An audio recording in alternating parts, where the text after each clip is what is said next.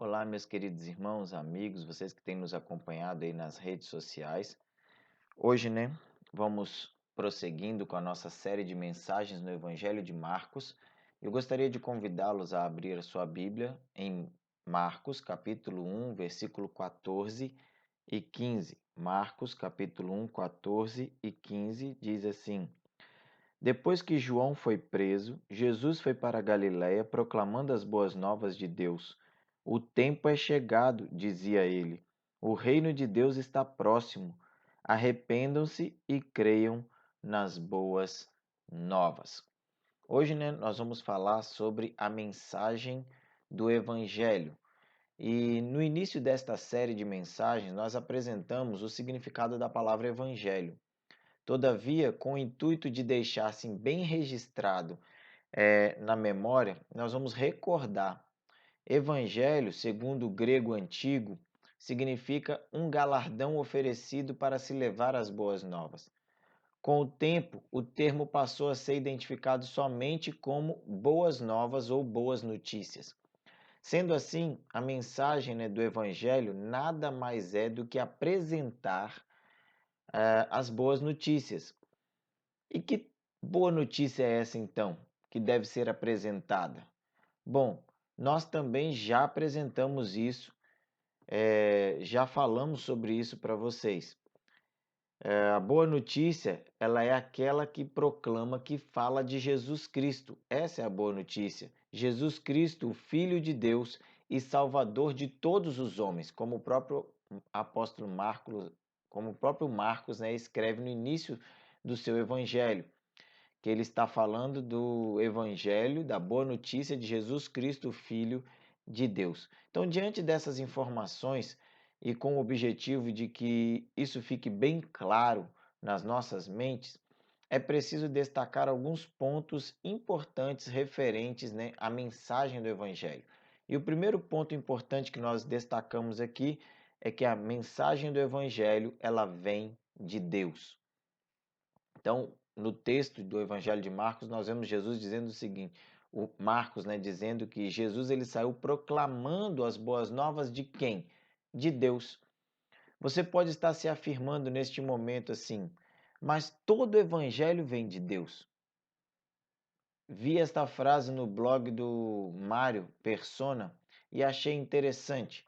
Ele colocou o seguinte: como saber se o Evangelho que você tem escutado vem de Deus?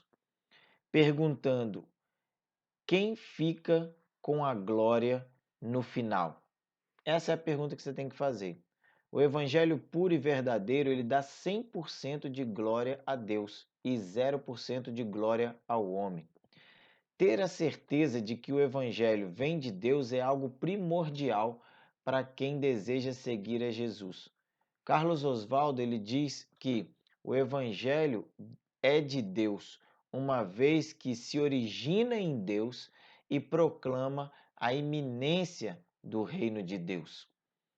Paulo, sabendo dessa importância, faz uma série de advertências à igreja da Galácia. Ele diz lá em Gálatas, capítulo 1, versículos de 6 a 9, o seguinte: admiro-me de que vocês estejam abandonando tão rapidamente aquele que os chamou pela graça de Cristo para seguirem outro evangelho que na realidade não é o evangelho. O que ocorre é que algumas pessoas os estão perturbando, querendo perverter o evangelho de Cristo. Mas ainda que nós ou um anjo do céu pregue um evangelho diferente daquele que lhes pregamos, que seja amaldiçoado. Como já dissemos, agora repito: se alguém lhes anuncia um evangelho diferente daquele que já receberam, que seja amaldiçoado. Paulo escreve isso aos Gálatas, no capítulo 1, versículos 6 a 9. Então, com essa palavra de Paulo, a gente percebe claramente que existem outros evangelhos e que existem outras mensagens, outras pregações que podem exatamente fugir do evangelho de Cristo, do evangelho das boas novas do reino de Deus. Então, mesmo nos tempos de Jesus, mesmo lá naqueles tempos, muitos se apresentavam como os próprios Cristos, pregando outro evangelho, ou distorcendo, né, as verdades pregadas por Jesus e seus discípulos. Se isso era passível de acontecer naquela época, imagina se hoje a igreja estaria isenta de falsos ensinamentos. Jamais. Se no tempo de Jesus, com ele ali próximo, com pessoas convivendo com ele, falsos evangelhos eram pregados, imagina hoje no meio das nossas igrejas, quando nós estamos há mais de 2000 anos distantes da existência, né, do período em que Jesus existiu nessa terra. Então, como disse anteriormente, é preciso ter a certeza de que o evangelho é verdadeiro e que ele vem de Deus. E este evangelho ele deve falar de Jesus, da sua vida, da sua morte, da sua ressurreição e como bem apresenta, né, o apóstolo João lá no evangelho, na sua primeira carta de João, no capítulo 4, versículos de 1 a 3, ele diz o seguinte: Amados, não creiam em qualquer espírito, mas examinem os espíritos para ver se eles procedem de Deus. Porque muitos falsos profetas têm saído pelo mundo. Todo espírito tem saído pelo mundo. Vocês podem reconhecer o Espírito de Deus deste modo. Existe uma forma específica, e João diz: todo espírito que confessa que Jesus Cristo veio em carne procede de Deus. Mas todo espírito que não confessa a Jesus não procede de Deus. Esse é o espírito do anticristo, acerca do qual vocês ouviram que está vindo e agora já está no mundo. E conhecerão a verdade, e a verdade os libertará, como está lá em João capítulo 8, versículo 32. O segundo ponto importante que a gente precisa destacar nesse texto é que a mensagem do evangelho ela é urgente.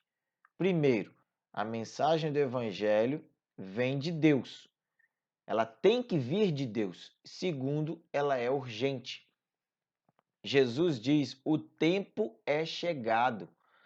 Durante todo o período do Antigo Testamento, Israel viveu uma espera da chegada do Messias, o Cristo, o prometido de Deus, que se assentaria no trono de Davi e reinaria sobre a nação. Jeremias 23:5 diz: Dias virão, declara o Senhor, em que levantarei para Davi um renovo justo, um rei que reinará com sabedoria e fará o que é justo e certo na terra. Bom, este tempo chegou, como apresenta Marcos no seu evangelho.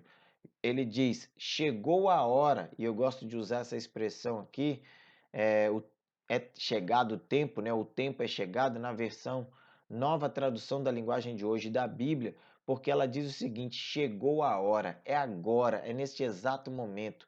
O tempo da espera de Israel acabou.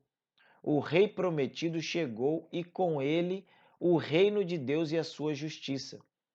Desta maneira, terminou também o tempo de João Batista, e em Jesus começa um novo tempo. A profecia está, né, cumprida nesse momento, nesse exato momento aqui agora, se cumpriu toda a profecia dita lá no Antigo Testamento. O reino de Deus agora está próximo. Significa que a vinda de Jesus, o rei, traz o reino para perto do seu povo.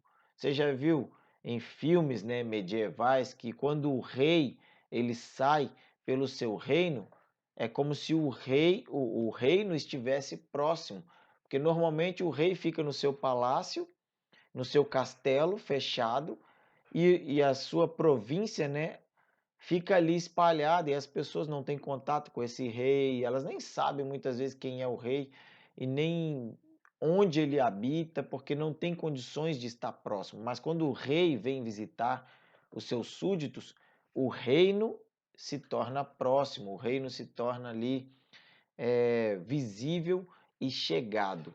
Então é isso que o texto quer dizer para nós. Jesus agora, como rei, ele está próximo do seu povo, dos seus súditos, ou seja, o reino se aproximou. Então chegou a hora. também essa expressão também representa a urgência na proclamação da mensagem do evangelho.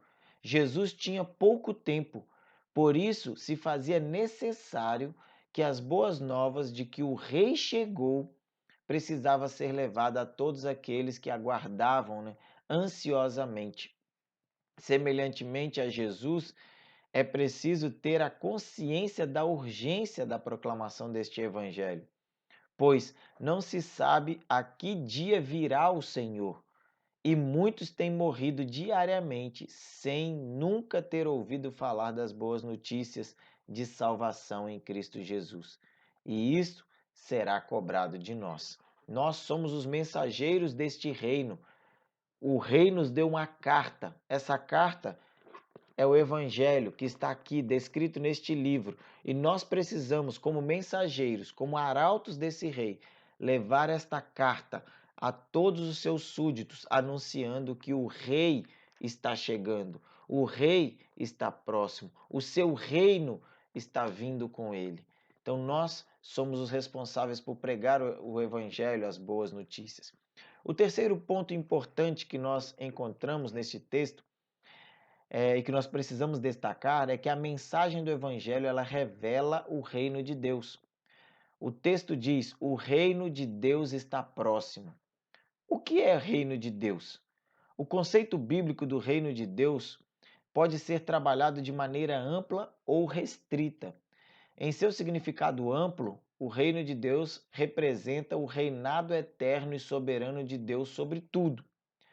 Desde o Gênesis, mostra Deus como o Rei soberano, o Rei Supremo, que reina sobre todas as coisas.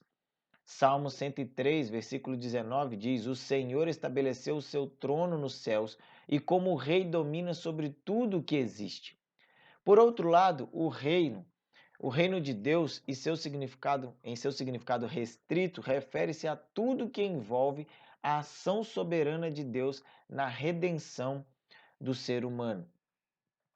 Portanto, são incluídas no conceito de reino de Deus a obra de Cristo, a bênção da salvação, a realidade presente da igreja e a consumação de todas as promessas na vida eterna. Todavia, é impossível dissociar a ideia de salvação do conceito de reino de Deus. O apóstolo Paulo também apresenta o reino de Deus como lá em Romanos 14, 17. Ele apresenta o reino de Deus como justiça, paz e alegria no Espírito Santo. Neste sentido, então, a entrada no reino de Deus expressa justamente a realidade de ser redimido por Cristo e habitado pelo Espírito Santo. Dessa maneira, o reino de Deus é a própria presença do Rei Jesus entre os homens, por ele ser eterno e coexistir com o soberano Deus desde o início, como diz Paulo lá em Colossenses capítulo 1, versículo 16. Pois nele foram criadas todas as coisas nos céus e na terra, as visíveis e as invisíveis, sejam tronos, sejam soberanias, poderes ou autoridades. Todas as coisas foram criadas por ele e para ele. Então, ninguém pode entrar no reino de Deus por seus próprios méritos. Por isso, a importância de se anunciar o reino de Deus entre os homens. E o quarto ponto importante que nós encontramos aqui, que precisa ser destacado. A mensagem do evangelho, ela deve gerar em nós arrependimento e fé. O texto diz: arrependam-se e creiam nas boas novas. Evangelho sem arrependimento e fé não pode ser considerado evangelho. A mensagem principal do evangelho é o confronto com o pecado. E este confronto deve gerar arrependimento no pecador. A palavra, na tradução revista e atualizada, diz o seguinte: arrependei-vos. Isso traz, por significado ser penitente de novo, ou seja, você precisa se você se torna auto-penitente por causa do pecado, que traduz bem, a palavra grega metanoia. que significa mudar de mentalidade ou de pensamento. Então, quando nós nos arrependemos, nós estamos mudando a nossa forma de pensar, de agir em relação ao pecado. A gente começa a entender que aquilo que fazíamos era errado e que não devemos fazer mais. Então, esta palavra, quando usada no contexto da conversão do ser humano, de um ser pecador para um ser que está buscando agora a santidade em Deus, aponta para uma mudança radical de vida, em consequência da fé em Cristo Jesus, como bem apresentado pelo apóstolo Pedro em seu sermão no templo, lá em Atos capítulo 3, versículo 19, onde ele diz: "Arrependam-se, pois, e voltem-se para Deus, para que os seus pecados sejam cancelados." A isto liga-se o fato de que todos devem nascer de novo. João capítulo 3, versículo 3 diz, Jesus diz: "Digo-lhe a verdade, ninguém pode ver o reino de Deus se não nascer de novo." João Batista conclama todos a se arrependerem e selarem essa mudança no batismo, ou então encarar o julgamento pelo fogo que Cristo trará. Mateus capítulo 3, versículo 11 deixa isso claro. "Eu os batizo com água para o arrependimento, mas depois de mim vem alguém mais poderoso do que eu, tanto que não sou digno nem de levar as suas sandálias. Ele os batizará com o Espírito Santo e com fogo." A chegada do reino de Deus revela que já não é possível viver como se nada estivesse acontecido. Por isso mesmo, Jesus ele grita para nós. Na Bíblia, né, na linguagem contemporânea, ele diz o seguinte: mudem de vida e creiam na mensagem. É praticamente isso que Jesus está dizendo para nós quando ele fala: arrependam-se e creiam. Ele está dizendo para nós: mudem de vida e creiam nesta mensagem, creiam em mim, creiam na salvação que eu estou trazendo para vocês. Ao sermos confrontados com esta mensagem, é preciso que sejamos os primeiros a mudar nossas atitudes diante do pecado e acreditar em Cristo Jesus. Para concluir, então, quero recapitular com você. Quero lembrar os principais pontos destacados aqui nesta mensagem.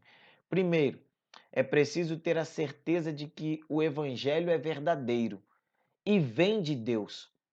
E este Evangelho deve falar de Jesus, de sua vida, de sua morte e de sua ressurreição. Segundo, é preciso ter a consciência da urgência da proclamação deste Evangelho, pois não se sabe a que dia virá o Senhor, e muitos têm morrido diariamente sem nunca ter ouvido falar das boas notícias de salvação em Cristo Jesus. Em terceiro, é preciso experimentar o Evangelho, pois ele revela o reino de Deus e abre a porta deste reino a nós, seres mortais. E por último, é preciso arrepender-se do pecado e crer no Evangelho. Porque lá em Romanos capítulo 1, versículo 16 diz: "Porque este Evangelho é o poder de Deus para a salvação de todo aquele que crê." E aí eu te pergunto, esta mensagem do Evangelho, ela tem feito a diferença na sua vida? Ela tem te mostrado o quanto você precisa de arrepender-se e de mudar de atitude? Se você tem sentido isso no seu coração, faça essa oração comigo agora, entregando a sua vida para Jesus e dizendo a Ele: Senhor, eu me arrependo e eu creio neste Evangelho que muda a minha vida. E comece a seguir os passos de Jesus, pois Ele quer realmente mudar a sua vida, te dando paz. Ore comigo, faça comigo esta oração. Deus bendito, Senhor da minha vida, neste momento eu quero declarar que eu creio neste Evangelho. Eu estou arrependido da minha vida de pecado, de todos os meus pecados, e eu quero entregar-me a Ti. Quero buscar ao Senhor e consagrar-me diariamente. Torna-me uma pessoa santa, limpa e pura. E faça, ó Deus, com que eu tenha comunhão contigo e com a igreja. Renova-me, transforma-me, faça-me de novo. Esta é a minha oração de arrependimento e confissão de pecados diante do Senhor. Eu quero mudar, eu quero ser diferente, eu quero crer na palavra de salvação, neste Evangelho do Reino, em nome de Jesus. Amém. Que Deus abençoe a sua vida, você que tem aí nos acompanhado nessas mensagens. Que o Senhor continue falando ao seu coração e que você continue permitindo que Ele fale ao seu coração.